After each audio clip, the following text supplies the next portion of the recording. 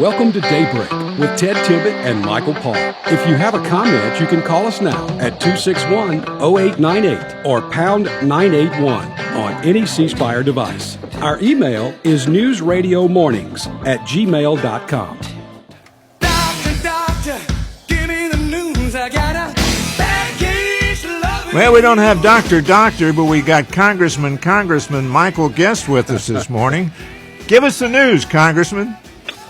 Well, gentlemen, it is good to talk to you. I'm glad to see that the weather at home has cleared out and y'all are going to have some nice days ahead, and glad that we're going to have some sunshine when I'm back home this weekend. So, As always, thanks for having me on. Hey, we're happy to have you. Thank you so much for joining us. The weather was pretty rough yesterday, Congressman, for a lot of us here, not only here in Mississippi, but Louisiana. Slidell got a bunch of tornadoes over that way. We had a couple in Mississippi and even over into Alabama and the panhandle of Florida. Everybody along the coast kind of got a bump yesterday. Not quite as bad the further north you went, but hey, look, I'd rather be lucky than smart. And Mother Nature was she was looking at the Gulf Coast yesterday. Well, that's right. God smiled on us yesterday, put his hand of protection, made sure those storms went around us. Unfortunately, when you live in Mississippi, this time of the year, we're gonna experience some rough weather. So I hope that we're getting close to the end of that tornado cycle that we routinely see in the spring, and that people are not going to have to worry about that. It's funny that you just made me think of something that I remember. Rush Limbaugh we used to be a Rush affiliate. Of course, we played Rush here every day. And he said something one time that made a lot of sense to me. And, maybe you've heard it, maybe you haven't. But he said, global warming would be great because we'd have less storms. And he goes, wait a minute, you know what I'm talking about, right? Because you have to have cold air and warm air to make thunderstorms. So we won't have any more of that stuff if we get global warming. So it'll be good for us. And he used to laugh about that. I thought it was funny.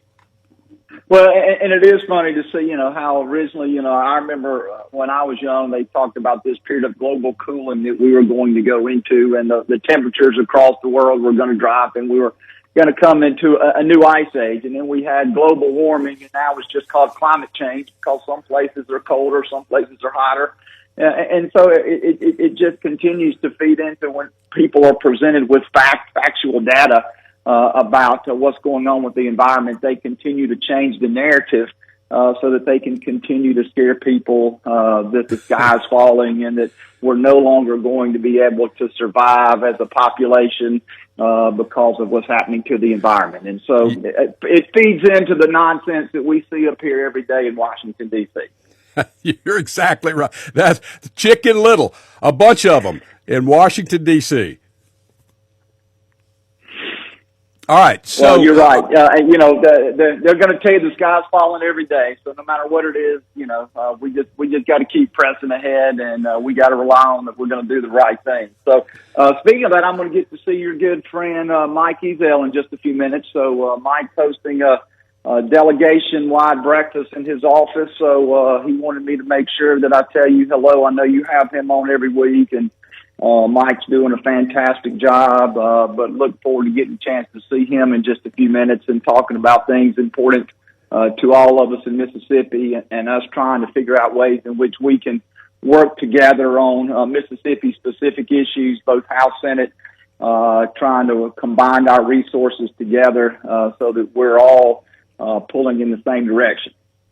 A little inside joke for you. When you see him, you tell him, the deal is off, the heat is on.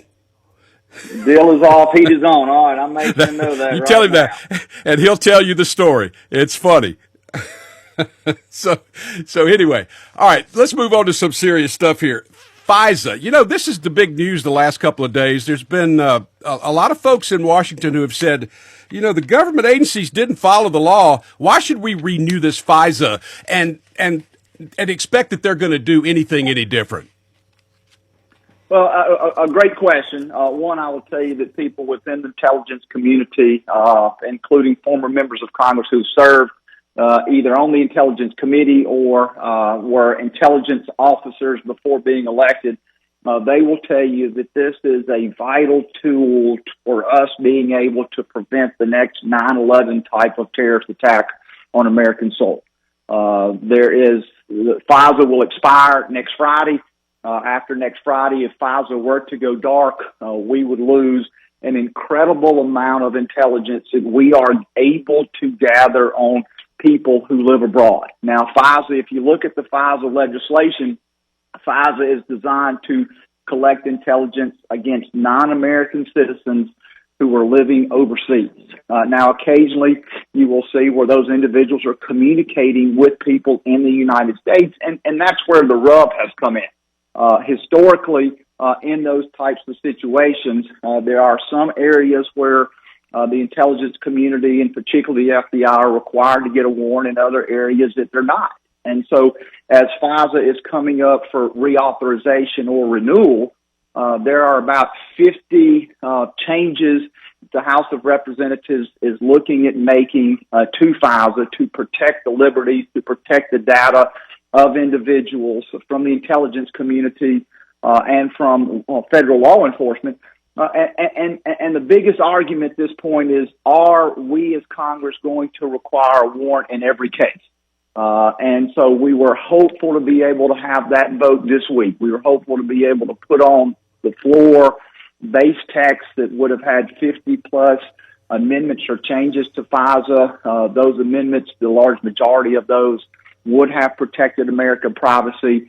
And then we were told that the Speaker was going to give us a vote on the warrant requirement. We were unable to pass a rule in Congress yesterday. Without a rule, the bill doesn't go to the floor. So at this point, there is ongoing discussion to try to see if the base text is going to be amended. Are we going to be forced to have just a blanket renewal of FISA without these 50-plus changes that have been proposed? Or there's also those individuals say, we just need to let FISA go dark. We need to let FISA expire. We don't need to reauthorize FISA. But I will tell you, I think that is a very dangerous proposition. By not reauthorizing it at all, in any case, in any form, in any fashion, we are going to be losing valuable intelligence that we depend on every day to protect American citizens from an attack abroad. And I think we see now that the world's a much more dangerous place than it was. We see what's happening in Europe. We see what's happening between Iran and Israel. We see that the last 3 years we've had an open border policy where we've had millions of people flood into the country unvetted. Some of those individuals could very well be part of terrorist cells who have been pre-planted here to carry out an attack at some point in time. And so for us to let FISA go dark, I think would be an incredibly dangerous thing. I hope that we being the House are able to sort through our differences and get something to the floor either later this week or next week so that program can continue. But again, continue with the proper procedural safeguards that it currently lacks in its current form. You know, it's so interesting how all of this got started, because a lot of people, in fact, even younger people who weren't around, like you and I were back when 9/11 happened, everybody in the country was united behind FISA because we saw what can happen to you when you don't have the intelligence to find out what's going on. Agencies not talking to each other, all these things. So there are definitely 100% good reasons why we should have FISA, and I think most reasonable people will agree with that. I think the only problem is we've seen it abused by our government, by our FBI, by our CIA, and I think people want safeguards. Well, and that's exactly what the Speaker is trying to put in place. And again, what happened in this is there's really two committees that have committees of jurisdiction. One, the Judiciary Committee led by Jim Jordan, and then the Intelligence Committee led by Mike Turner. They sat down and they agreed on 50-plus reforms that needed to occur. And those 50-plus reforms were put into the base text of the bill. The biggest disagreement that didn't make it into the base text, but something that we were going to be able to vote on the floor by way of amendment, would have been the warrant requirement. Again, there's currently a warrant requirement, but it doesn't apply to all data. So we were going to expand the need to get a warrant in only but a few cases. There were a few cases where you have what we call exceptional circumstances, exigent circumstances as they're known in search and seizure. You know, just like if you look at the warrant requirement in a criminal case, there's always going to be a handful of exceptions. And so we were limiting those exceptions except for exigent circumstances where they believed that there was going to be immediate, imminent threat to American citizens. I support the warrant requirement. I hope that we have a chance to vote on that. But I also want to make sure that your listeners, and I know that you understand how important it is that we reauthorize 702, because if we don't, we lose a key intelligence piece that helps keep Americans safe each and every day. Gotcha. Okay. All right. So let's move on to one other thing. The most important thing I think is going on in Washington right now and in the country is immigration. You briefly touched on it earlier. We see what's going on. We recently had a case here in Mississippi where a man from Guatemala was in the bathroom in the Iberville, Biloxi area in Walmart looking under stalls. The guy ought to not be in the country. We've been through all this with you, Congressman Ezell. I know how you feel. You are on Homeland Security as well as Congressman Ezell, and I'd just like to get an update. We got about 3 minutes left on the impeachment of Homeland Security Director, or whatever you call him, Mayorkas. Yeah. Look, we all agree that the border is a train wreck. It's a train wreck because Secretary Mayorkas has refused to enforce the law, particularly the Immigration and Nationalization Act. And so articles of impeachment were voted first out of the Homeland Security Committee, then voted out of the House. Those articles of impeachment are set to be transmitted to the Senate next week. They were originally going to be sent this week. Our colleagues in the Senate, Republican colleagues, reached out to the Speaker, asked that he hold those articles until early next week, as they are lobbying hard to try to make sure that once the articles reach the Senate, that they're not summarily dismissed. Leader Schumer has said on multiple occasions that he does not intend to allow impeachment managers to hold a trial. He's going to try to have the articles dismissed, either by tabling the articles or just a motion to dismiss those outright. And so we're working with the Senate. I think it's important that we have a trial in the Senate. I think what we're seeing is that Chuck Schumer is trying to protect vulnerable members of the Senate, and he's trying to protect the president, because the evidence that we'll be presenting, I think, is very damning to the administration. And I think this is nothing more than Schumer attempting to execute a political cover-up so that he does not have to put his senators, particularly senators up for election this November in swing districts, making them take a vote that will be politically damaging to them in the fall.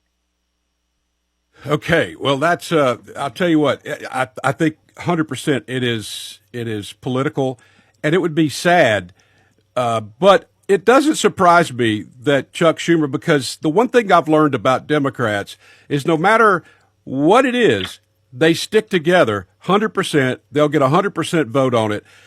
I'm just curious if you think there's any movement maybe from some of these folks that are maybe in borderline elections that might just actually swing the other way and make it or force it into a hearing. You know, I think you look at somebody like Senator Tester from Montana. He has a very difficult reelect. He's a Democrat senator. He knows that immigration is going to be the number one issue this election cycle. He has indicated at this point that he is unsure whether he would vote to dismiss or to allow Republicans to hold a trial. So I think he is one that Republicans can target. I think you start looking at some seats, say where you've got a seat in Nevada, you'll have a seat in Oklahoma, Pennsylvania. There's going to be contested races. So I do think that there is a chance for our Senate colleagues to pressure. Again, all it's going to take is about one or two Democrat senators to vote to let us have a trial so that we can move the articles of impeachment forward. That's my hope, and right. We'll see how that turns out next week. All right, Congressman Guest, thank you so much. That's the music. We got to go. We appreciate you joining us. Good luck. Thank you. Yes, sir. Thank you, gentlemen.